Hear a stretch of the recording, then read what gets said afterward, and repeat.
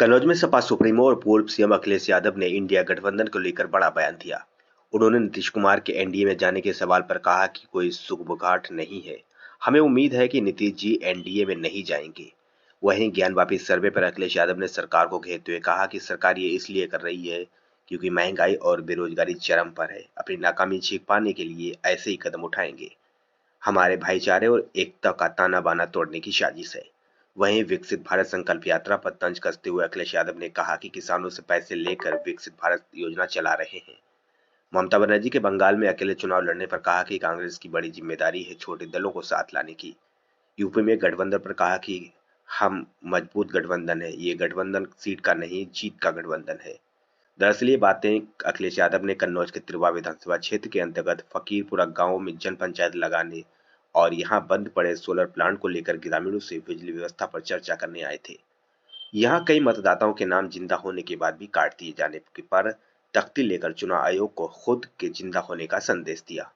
अखिलेश यादव ने प्रदेश में बड़ी संख्या पर समर्थकों के वोट काटे जाने पर सरकार और चुनाव आयोग पर निशाना साधा।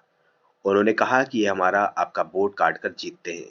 चुनाव आयोग पर तंज कसते हुए कहा कि बहुत बड़ा तमाचा है चुनाव आयोग पर, जो कहते हैं कि हम वोटिंग बढ़ाना चाहते हैं।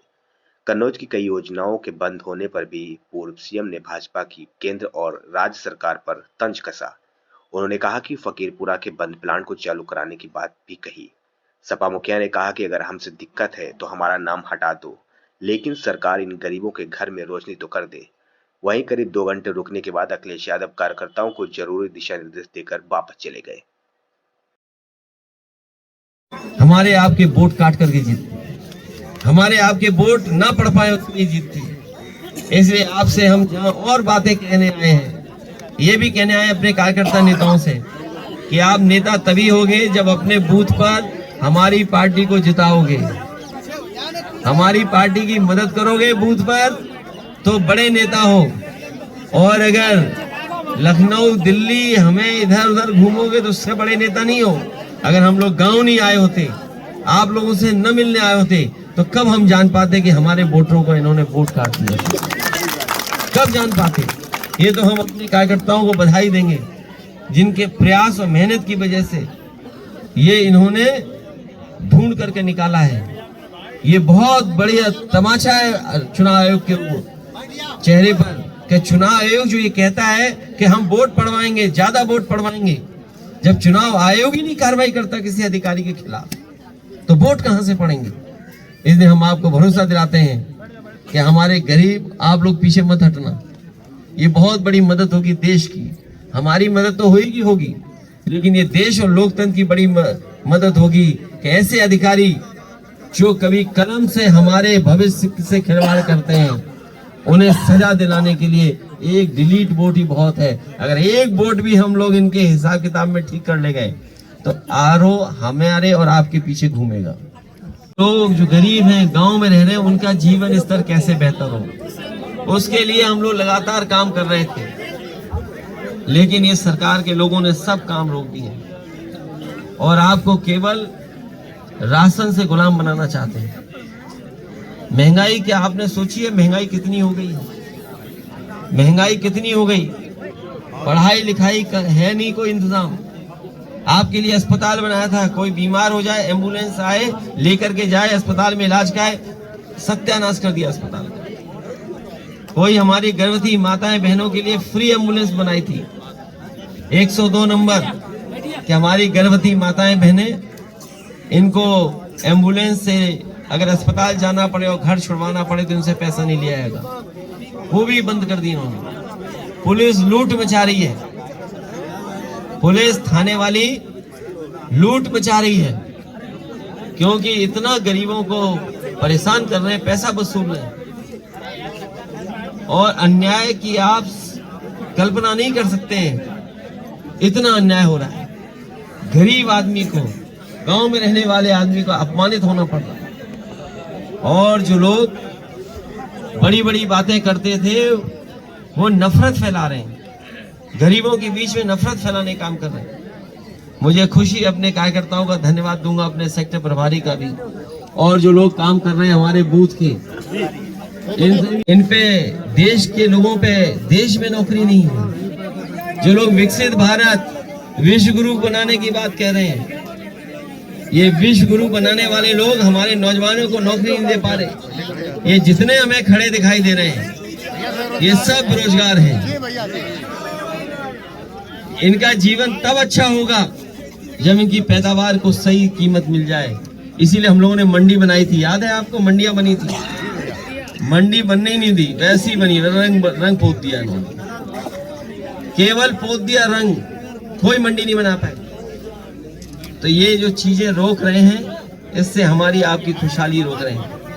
हमें उम्मीद है कि ये जो हम लोगों ने पीडीए की आवाज उठाई है, ये जो हमारी पीडीए की आवाज है, ये नौजवान लोग अपने गांव जाकर के लोगों को समझाएंगे।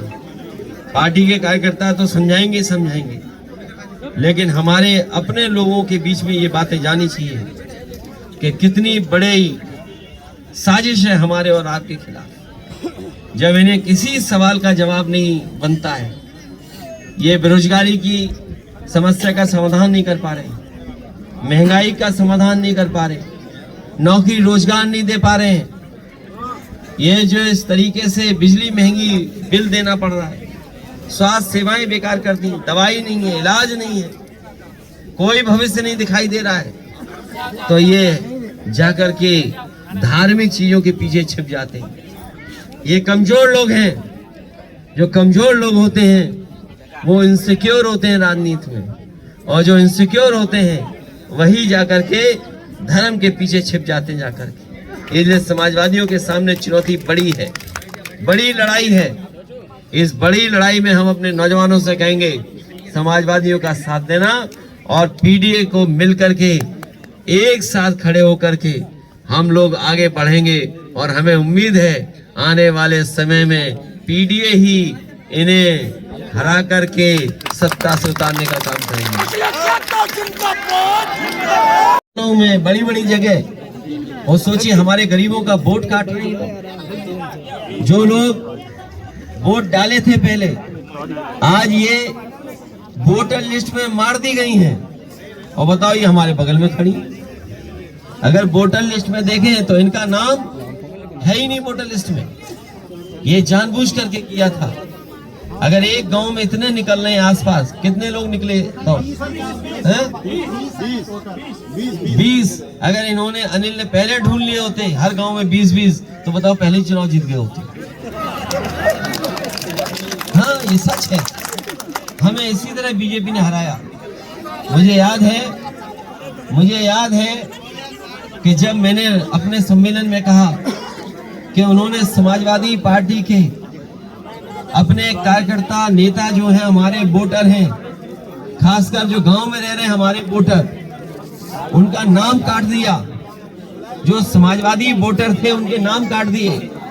तो इलेक्शन कमीशन ने मुझे नोटिस दिया कि आपने किस आधार पर कह दिया कि हमारे वोट काट दिए।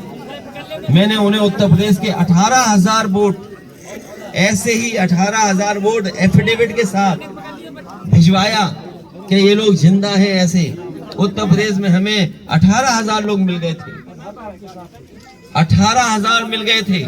इन्हें और जोड़ लें हम 10, तो सोचो 18,000 और 10 वोट हमें मिल गए हैं, जो हमारे वोट थे, जिन्हें जिंदा हैं लेकिन वोटर लिस्ट में इन्हें डिलीट कर दिया, इन्हें मार दिया। सोचिए। और मैं आपसे कहना चाहता हूं, आपसे एफिडेविट भी लेंगे। ये जो आरओ होते हैं, एसडीएम, ये भागते फिरेंगे। ये एसडीएम जो है वो भागते फिरेंगे, क्योंकि आरओ की जिम्मेदारी है वोट बढ़ाना घटाना।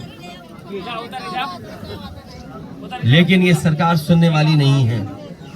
हम लोग लड़ेंगे और ऐसे अधिकारी जिन्होंने इनके जिंदा होने पर वोट काट दिए, उनके खिलाफ कार्रवाई करा करके उन्हें सजा दिलाने का काम करेंगे। और मैं आज कहते जा रहा हूं, अगर ये हमारे गरीब नहीं झुकेंगे, इन्हें आएंगे मनाएंगे आके, वो लोग पुलिस से भी डराएंगे धमकाएंगे, लेकिन हम अपने कार्यकर्ताओं से कहेंगे अगर नहीं झुकोगे तो वो आईएएस झुक जाएगा। आप झुक जाओगे तो आईएएस नहीं झुकेगा, आप नहीं झुके तो आईएएस को झुकना पड़ेगा और आपसे और हमसे माफी मांगनी पड़ेगी। और जब कार्रवाई करेंगे तो उन्हें नौकरी खतरे में हो जाएगी उनकी।